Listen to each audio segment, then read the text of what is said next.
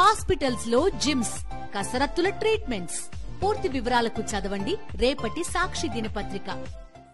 తిరుమల లడ్డు వివాదంలో supreme court sitting జడ్జితో విచారణ జరపాలని డిమాండ్ చేస్తున్నారు బీహెచ్పీ నేతలు.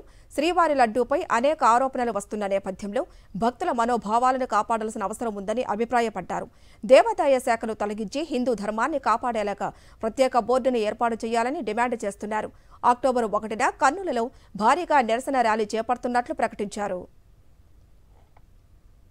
మరింత సమాచారం మా ప్రతినిధి లోకేష్ అందిస్తారు.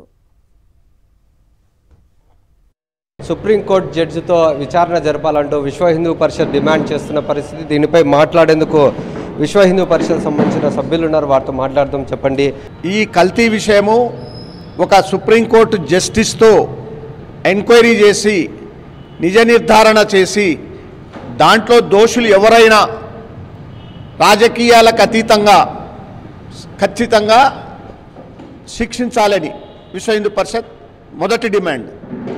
అలాగే ఇటువంటి అన్యాయాలు, అపచారాలు, దోపిడీలు ఇవన్నీ కూడా ఈ దేవాదాయ ధర్మాదాయ శాఖ ఉన్నంత వరకే ఈ విధంగా జరుగుతూ ఉంది.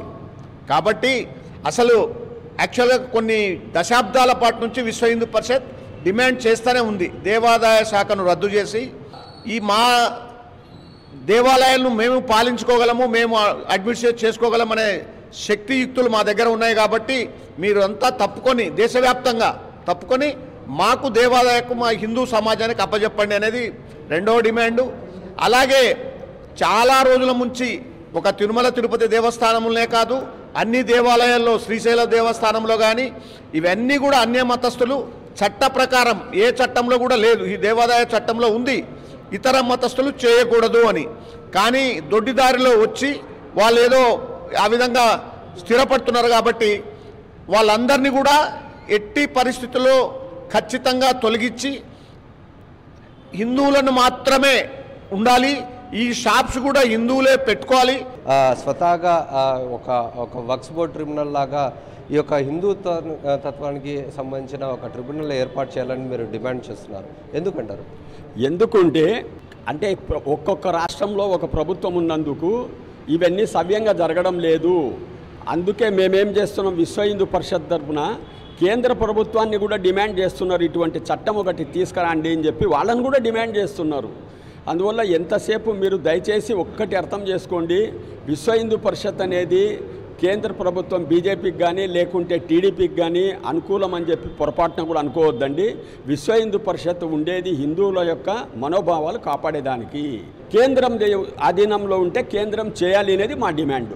ఒకవేళ కేంద్ర ప్రభుత్వం కనుక చర్య తీసుకోకపోతే దీని మీద విస్తృతంగా నెక్స్ట్ ప్రణాళికను విశ్వ హిందూ పరిషత్తు పూనుకోబోతుంది అని ఒక హెచ్చరిక వాళ్ళకు.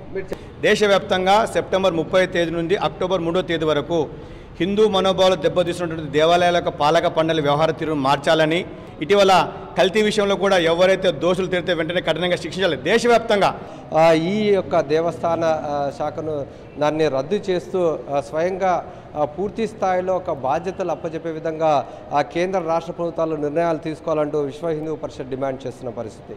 కెమెరామెన్ శేఖర్తో లోకేష్, సాక్షి టీవీ, కర్నూలు.